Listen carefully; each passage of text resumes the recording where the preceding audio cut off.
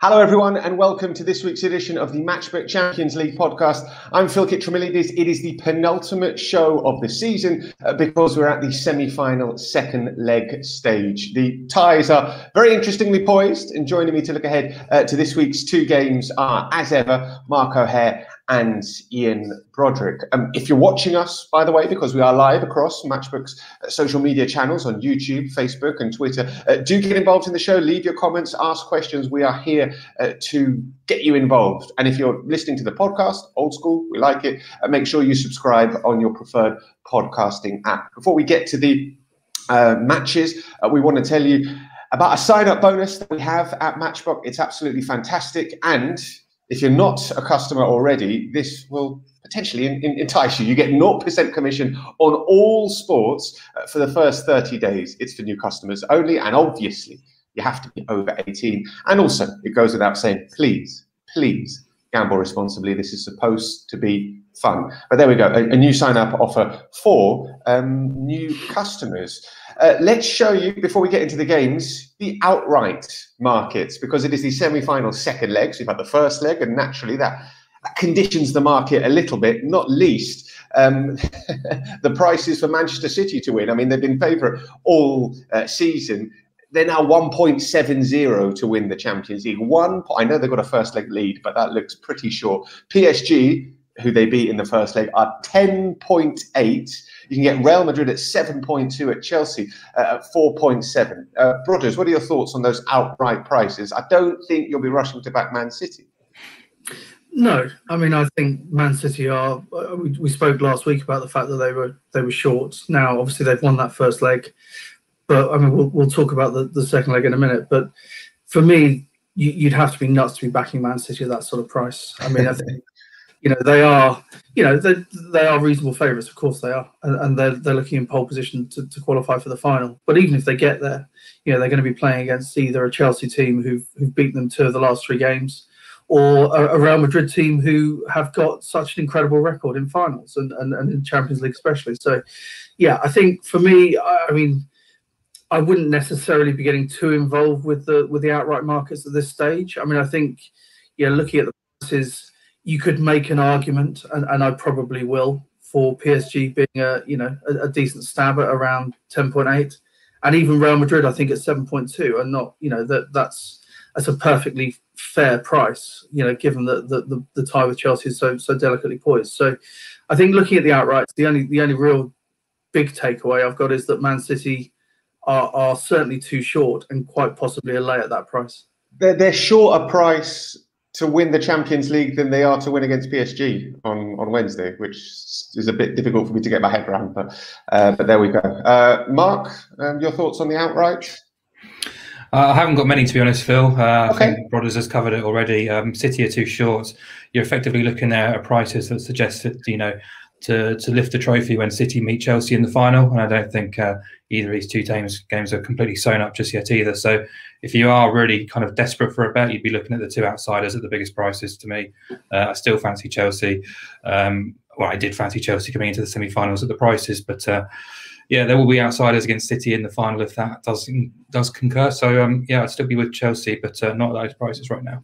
Big if, Mark, that's going to be the final, because Real Madrid have something to say about that. Let's get to that game then and talk about Chelsea against Real Madrid. It finished 1-1, of course, in the Spanish capital last week, with Chelsea absolutely battering Real Madrid in the first 25 minutes, but Real Madrid finding a way back into it in the second half was a bit tighter. Chelsea with a small advantage. They are 2.27 to win in 90 minutes at Stamford Bridge. You can get Real Madrid at 3.5 and the draw at 3.42. On the handicaps, you can get Chelsea with minus a quarter goal handicap at 1.90. Real Madrid with plus a quarter goal at 1.99. And the goal line is 2.25. Overs is 1.95. Unders is at 1.91. That was our selection last week. We liked it. It paid out. And presumably, Mark, we're going for it again. Yeah, I think so. I'm not quite as confident as I was last week, but that first leg was interesting, wasn't it? I think from a Chelsea perspective, it was bittersweet. They looked so superior in that first 25 minutes, first half hour or so. Probably should and could have made their dominance pay a bit more. Zidane going very pragmatic, switching back to a 5-man defence, which I think was unexpected. I know he's done it domestically in La Liga, but I still think it was a surprise considering how they dealt with Liverpool with the back four. They looked quite uncomfortable. They looked quite unused to playing that way as well. Certain individuals were kind of just roaming around in their own little planet, if you like. Marcelo. Not mentioning any names. Oh, So, yeah, I mean, Chelsea in control, and then you got that audacious finish from Benzema, bringing parity, and that was Real Madrid's only shot on target in the game. So, but, the game we saw after the leveller was equalised, that was the game we kind of all expected. High quality, quite intricate, not too many clear-cut opportunities. And in the second half, basically both teams keen to protect and preserve what they had, really. So, yeah, I think we were a little bit fortunate to get that half-stakes winner last week. But even so, Chelsea will be confident. Obviously, 1-1, got the away goal, going back home. 68% of teams to draw 1-1 away from home in the first leg have qualified. But at the same point, you wouldn't discount Real Madrid scoring at Stamford Bridge or scoring twice, which they probably need to do to qualify either. So it is a difficult game to assess, I think, in certain aspects. I still think the odds going into that first leg and to qualify were a little bit too skewed in Real Madrid's favour. I did think it was a coin toss, really, and I'm not going to read too much into the Osasuna game at the weekend, where they kind of caused a few problems on the counter-attack to Real Madrid, because this is the biggest stage, and at the moment, so far this season, Real Madrid have come to the party with their experienced players. And you look at the players who could come back into the team. Kroos and Modric rested at the weekend. Hazard got a start and played pretty well. Varane expected to be okay. Ramos apparently back in the frame. Fede Valverde too. Ferland Mendy. Suddenly Zidane has options, and I didn't think he had options last week because of various injuries and COVID and suspensions. But suddenly that squad's starting to look a bit stronger. Suddenly he does have a few options, and I think Chelsea, from their perspective, wouldn't be too bothered if this game went to extra time, though. You look at those two benches from last week, it was chalk and cheese, really. Chelsea have so many game changers, so many quality players in reserve. You look at brain freeze. Why am I going to name him? He scored twice at the weekend. Havertz. Bloody hell. Havertz coming into the team, having a great game for Chelsea at the weekend. To be fair, Havertz and Hazard, they're relatively similar names. We'll give you that. So, yeah, I mean, I think this all comes down to how Chelsea approach it, because I think in game management and experience that they are starting to show what they're capable of. But I just want them to keep the tempo of this game pretty high, because if they do try and play a low-tempo game, it's going to suit Real Madrid. If they start to get Werner and Pulisic hassling and harrying and pressing from the front, putting that defence under pressure, putting Kroos and Modric under pressure, more importantly, I think this game is for Chelsea. But, you look at the prices, 1x2 handicaps, they're bang on, in my opinion. I still think it could be quite tight and cagey in the first half in particular.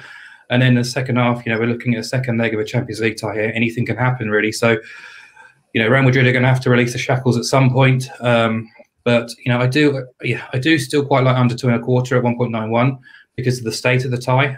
However, it must be said, 15 of the last 22-legged Champions League semi-final second legs have gone over 2.5 goals, and 13 of them have seen both teams scoring. And I could quite conceivably see BTTS land here as well, and that's odds against, which is quite appealing, really. But it all comes down to how Chelsea are going to approach this, really. And I kind of reluctantly taking 2.25, even though I am feeling a little bit kind of uneasy about that, considering the state of the tie.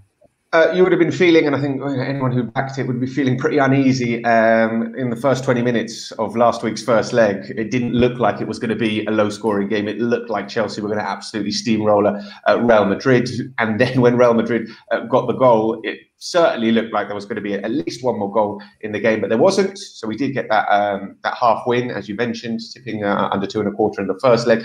Mark's feeling, if not confident, but edging towards that again. I mean, he's taking it. Brothers, you taking it as well? Yes, I'm probably even with slightly more. Both of you are reluctant. Both of you are reluctant to take it. I think it's the right bet, but there's so many variables that maybe make you a little bit reluctant. The difficulty, obviously, is you've got a second leg of a Champions League semi-final. So Chelsea are perfectly set up to hit Real Madrid on the break. For example, if Real Madrid have to really start throwing players forward to try and score. Similarly, you could make the argument the other way as well. So I think both teams have the ability to hurt the other if they lose their structure. And I think one of the factors that Mark touched on last week was Zidane trying to do his best impression of Guardiola and sort of trying to spring a surprise in the first leg and ending up sort of discombobulating his team. And I thought one of the outstanding players in that first half, especially, was Kante. And with Real Madrid trying to match up against Chelsea, what it did was expose the sort of lack of energy. Lack of energy is the wrong way, perhaps, of putting it, but ultimately, Kroos and Modric in their mid-30s or early to mid-30s are not going to be able to compete and keep up with someone like Kante, who is just got an extraordinary level of fitness and speed and desire to get from box to box. And he was the real difference between the two teams in that first half for me. And then, of course, you get into the second half and Zidane switches to a back four, which we were expecting. And the game reverted very much to the type of game we were expecting, with neither team really creating much or hurting the opposition. I thought Chelsea will be annoyed with the goal they conceded. It was very, 1980s Wimbledon from Real Madrid, route one into the box, win two headers, the ball doesn't touch the ground. I mean, it could have been John Fashanu scoring that rather than Benzema. I've never seen John Fashanu score a goal like that. Well, I thought I'd throw that in there just to annoy you, Phil. But but I think, looking at it, I think it's a very delicately poised tie. I think Rodrigo came on at the weekend against Osasuna and played very well as another sort of young creative talent for Real Madrid. Let's mention, that game against Osasuna, Toni Kroos was rested, didn't play at all. Luka Modric was rested, didn't play at all. Benzema played the full 90 minutes as well. Hazard playing as well. Yeah, no, absolutely. I think one of the fascinating things, which unfortunately we're recording this obviously before any kind of team news, is this question mark about Ramos and the defence generally. Because, the outstanding player for Real Madrid in the last month for me is Militao. I mean, he's been absolutely fantastic. He was fantastic again at the weekend. Man of the match, yeah. Yeah, and so, what do Real Madrid do if Ramos is back to fitness or just short of fitness? Do they play him or do they stick with Militao? Varane's got a slight niggle on his calf. Does Varane drop out? And then you've got the questions at right back. So Odriozola played at the weekend because Carvajal's out for the season now. You've got Vasquez also out, I presume, Phil. So yeah. I guess maybe Nacho, who is the sort of fill-in defender, will go there. Depending on who's fit at centre-back. I mean, Valverde is expected to be back. Yeah. I think he wants to use Valverde in midfield. I think he wants to put an extra man in midfield. But, yeah. And I think having Valverde's energy would be important. But then again, as far as I'm aware, Ferland Mendy hasn't trained with the first team since he got injured. So, the likelihood is that the left-back position is going to be open as well. So, maybe Nacho plays there and he's forced to play Valverde at right back. This is the difficulty with trying to sort of project what's going to happen with these games, because the Real Madrid defence, there's so many different permutations they could take. And arguably, I don't know how you feel about this, Phil, but I think, if they played Ramos and Varane as a centre two, for example, and Militao dropped out, I would feel that weakened Real Madrid at the moment with the way that he's been playing. Militao's going to play. Militao is definitely going to play. Well, he has to, doesn't he? So, I think, that's a very long-winded sort of ramble about not knowing about team news. But I think that's what we're here for. Long-winded ramble. In the same. But I think it's very hard to predict. I think this is not a game that I'm going to get heavily involved with. I mean, aside from the fact I'm a Chelsea fan, and obviously, I just want to watch my team qualify for the final. It's a very delicately poised game. I think both teams have got the ability. I think X factor probably more on the Real Madrid side with Hazard, Vinicius, Rodrigo. I think they've got a bit more Benzema. Ability. Something from. Well, I think Benzema's a stunning finisher, and he's having an amazing season. But I think if you wanted someone to create something from nothing, well, okay, Benzema as well. Yeah, all right, fine. Oh, yeah, okay. All right, no, but I mean, not perhaps to the degree of someone like a Hazard, I would say. And I know you're going to disagree with me. And Benzema is the greatest player that's ever walked the earth, Phil. But he's obviously he's up there. Yeah. He's a brilliant blackmailer as well, I hear. Allegedly. Anyway, that aside, I think for me, Chelsea are probably still the slight favourites to go through. I think Tuchel has transformed them. I think they are incredibly solid now, and they know, everyone knows what they're doing. Mark's made the point about the fact that they have their strength in the bench. And I just think it's a game to watch, and in my case, bite my fingernails down to the knuckle. Okay, remind me never to ask you about Karim Benzema again. Okay, let's move on. Let's move swiftly on and talk about Manchester City against PSG and give you the odds. As I said, Manchester City, they're bigger price to win against PSG than they are to win the Champions League. They're 1.73 to win against PSG. You can get the French team at 4.8 and the draw at 4.35. With a handicap, you can get City minus 3.25 at plus at 1.90. You can get PSG at plus 3.25, 1.99. The goal line is 3. Overs 1.9, unders 1.96. Brothers, we backed goals last week. We were relatively happy with the outcome. Are we backing goals again? Yes, I think so. I mean, you have to look at that PSG defence and say that they are likely to concede goals as they did in the first leg. I mean, I think it's very interesting to see how over the top the coverage was of Man City in terms of their dominance and how good they were in that first leg, you know, in the UK. Because for me, I thought PSG were fantastic in the first half, and I know Guardiola has obviously changed the tactics in the second half, and his fullbacks have pushed further forward. I mean, in the first half they were quite passive and they were trying to keep things tight and avoid getting caught in the break, and they dominated possession far more in the second half. But I think looking at it, Man City scored 2 very fortunate goals. You know, you've got a cross from De Bruyne, which it's a very rare occurrence for something like that to go in. And then Mahrez has managed to fire a shot, which wasn't a particularly good free kick, but the PSG wall decided to part like the Red Sea. So in terms of the goals that Man City scored, I didn't think they were particularly good play or particularly incisive finishing.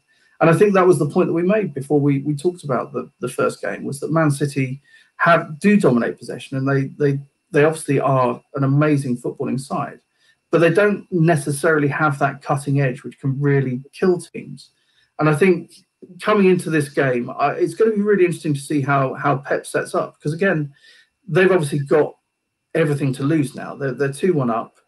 There's every possibility that Pep is going to take a more cautious approach again, on the basis that, you know, they might try, you know, look after the ball and try and sit deep and not allow PSG to break on them. And those were the sorts of tactics that saw PSG have so much good play in the first half of the game. Obviously, PSG are going to be out without Idrissa Gueye after his shocking tackle in the first leg that rightly saw him sent off. But that then throws up some interesting tactical dynamics in terms of what PSG do, because they don't have anyone really to come in that would do what Gueye does in terms of his sort of energy in the centre of midfield, unless they drop Verratti back.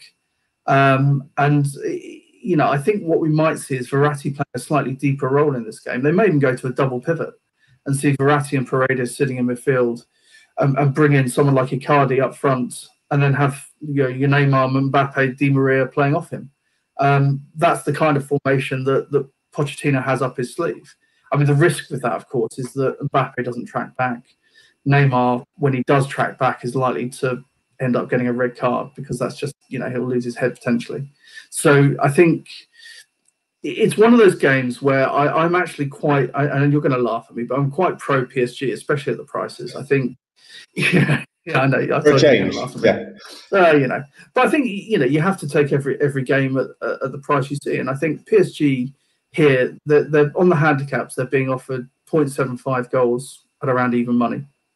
And bearing in mind, Man City don't have to win this game and aren't going to be looking to crush PSG by any stretch. I think they're just going to be happy to try and get through to the final. I think, you know, if you lose by a goal, you're only losing half your stake. And I can see PSG having a lot of success against Man City for the same reasons we talked about in the first half. I thought, you know, at set pieces, Man City were all over the place in that first leg. I mean, time and again, PSG were whipping in corners and winning headers, and they could easily have scored 2 or 3 goals in that first half. So I think goals is definitely in play. It has to be, because PSG, we know as a defence, struggle to keep clean sheets. And against, you know, even though Man City do lack cutting edge, they've obviously got the ability to score goals. So I think the safe play here is probably taking either over 2.75 or over 3 goals. But I think for me, I prefer to as a stronger bet to have PSG on the handicaps, and I'm actually, I'm quite pro the thought of PSG qualifying. I think they're around 5 or 6 to 1 to qualify even. I think that's a really interesting bet, and probably one I'm going to have a small go on as well. Okay. Surprise, surprise. Brothers is pro PSG. Understandable. Mark, has he convinced you to be pro PSG, or are we just going strictly with goals? No, I could definitely buy the handicap argument for sure. I think City are slightly too short, and for a game they don't actually have to win. Absolutely can buy that argument too. But for me, it's about goals. But Brothers did touch on it. But that first leg performance was described in some parts as the best away performance by an English team in Champions League history, and I thought that was one of the most absurd statements I ever heard. Actually, just the epitome of outcome bias and recency bias. Because for as long as I've been playing football and watched football, matches last 90 minutes, and the first half still counts. And Man City were lucky to be in the game in that first half. A very stereotypical game of 2 halves, obviously, but Brothers touched on it too. If we're going to nitpick, the 2 City goals came from quite fortunate strikes, if you like. And if you take those goals out of the equation, how much did City actually really create? How many clear-cut opportunities did they have in Paris? Very, very few, if any, really. So, yes, they were very professional and very composed and very mature in that second half. Probably 3 characteristics we haven't always associated with Man City in Europe. But in terms of domination, they did so in possession and territory, and kind of sweeping the rug away from PSG, who tired, looked very fatigued in that second half, put a lot into that first 45 minutes, and obviously lost their discipline too, which is always a worry when you are kind of back in PSG. But other than that, absolutely was not one of the historically good performances from an away team in the Champions League from a Premier League perspective either. But even still, the bigger picture is they got 2 away goals. They won the first leg, so it's a huge and significant step for them and Guardiola too. So, but we weren't overly impressed with what they did against Dortmund over 2 legs. I wasn't overly impressed with what they did against PSG either. So, yeah, I mean, if PSG can come out and play for an hour at least, rather than 45 minutes. If Mbappe is fit, he hasn't trained since the first leg, as far as I'm aware. If those two, him and Neymar, are anywhere near as sharp as they were in the first 45 minutes, Di Maria, when he's on it, he's just wonderful to watch. His delivery last week was wonderful, and Verratti too, when he's in his element. He's such a good footballer. They can expose City, but at the same point, City are going to have opportunities themselves to counter-attack themselves. So, I think it's all set up wonderfully. PSG are going to have to attack. They can't just play on the counter-attack either themselves. So I think hopefully we're going to be in for a really good tie. I just really hope that Mbappe is fit to play. As far as I'm aware, French media said he hasn't trained on Sunday. Obviously, we're talking on Monday, so we'll see. He's travelling to Manchester, so you'd expect him to be involved at least. But yeah, so I want to be with goals. I mentioned earlier that 15 of the last 20 Champions League semi-final second legs have gone over 2.5 goals. There's no Idrissa Gueye suspended as well, so arguably PSG weakened in defensive midfield as well. So 13 of those 20 have seen both teams scoring as well. So I would expect BTTS to land. That's obviously going to be quite a short price, but over 2 3/4 goals, 170. I think that's absolutely fair enough. All right, so we're both going with goals, with Brothers edging towards PSG as well on the handicap. Those are our 2 games that we've analysed. At the end of every program, we always get the guys to pick their best bets. It's a little bit different when there's only 2 games and there's only 2 bets. But who went first last week? Can we remember? I did. You did. All right. So, Brothers, what's your best bet of the week? Yeah, see, the annoying part is that Mark got to have it last week when it was easy, and now I've got to have it. So I'm going to go with PSG plus 0.75 on the handicaps. Okay, you've convinced yourself that is your best bet. All right, good. No, there is an argument for it without doubt. Mark, what's your best bet? If I can pick a bet from the same game, I'd take over 2 3/4 in Manchester. I still think it's going to be quite an exciting game. Too much attacking quality on either side for it not to be really. Okay, so the best bets come from the same game, which probably means that Chelsea, Real Madrid, the guys are both thinking that game is going to be a little bit tighter, a little bit harder to call. City against PSG. Look at the goals and potentially look at PSG as well. Before we go, a quick reminder of our sign-up offer. You can sign up and get 0% commission on all sports for 30 days. The important thing, which I didn't mention at the start of the program, is you need to use the bonus code INSIGHTS. Insights. That's the bonus code when you sign up for this offer. As we said, you need to be over 18, and please, please, please gamble responsibly. Guys, that's it for today's show. We're going to be back in a few weeks' time ahead of the final, so we look forward to that. Enjoy the football, and we'll speak very soon. Bye-bye.